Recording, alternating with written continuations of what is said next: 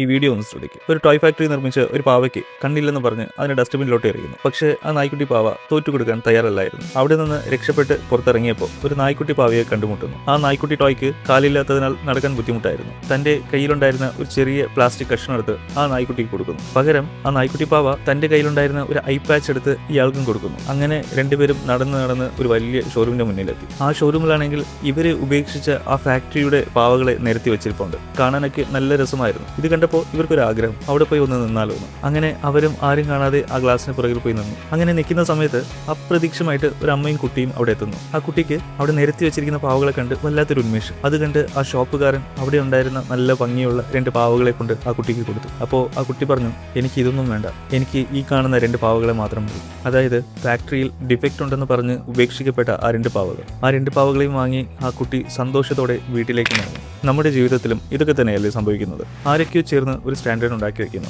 ആ സ്റ്റാൻഡേർഡിനൊത്ത് നമ്മൾ എത്തിയില്ലെങ്കിൽ നമ്മൾ വേസ്റ്റ് ആണെന്നാണോ അതിന്റെ അർത്ഥം? വെള്ളത്തിൽ കിടക്കുന്ന മീനിനെ കൊണ്ട് മരത്തിൽ ഇട്ടാൽ അതെന്ത് ചെയ്യും? നിങ്ങൾ തെറ്റായ ആൾക്കാരുടെ ഇടയിലാണ് നിൽക്കുന്നതെങ്കിൽ അവിടെ നിന്ന് ഒന്ന് മാറി നിന്നേക്ക്. നിങ്ങൾക്കുള്ള ശരിയായ സമയവും ആളുകളും തേടി വരും. ഫാക്ടറിയിലുള്ള കൺവെയർ ബെൽറ്റ് പോലെ എല്ലാവരും ഒരുപോലെ ഇരിക്കാനൊന്നും പറ്റത്തില്ല. നിങ്ങളുടെ പക്കലുള്ള ഒരു യൂണിക്നെസ്സിനെ ആരെങ്കിലും കുറവ് എന്നെടുത്ത് കളയുമ്പോൾ അത് മറ്റുള്ള ഒരാൾക്ക് അത്ഭുതമായിട്ട് തോന്നും. ഇത് ഇവന് ഉറപ്പായിട്ടും ആവശ്യം വരും എന്ന് തോന്നുന്ന നിങ്ങളുടെ ഒരു ഫ്രണ്ടിന് ഈ വീഡിയോ ഒന്ന് ഷെയർ ചെയ്തു തരാം. ഇതുപോലുള്ള സ്റ്റോറികൾക്ക് അക്കൗണ്ട് ഒന്ന് ഫോളോ ചെയ്തു തരാം. അടുത്ത വീഡിയോയിൽ കാണുന്നവരെ ബൈ.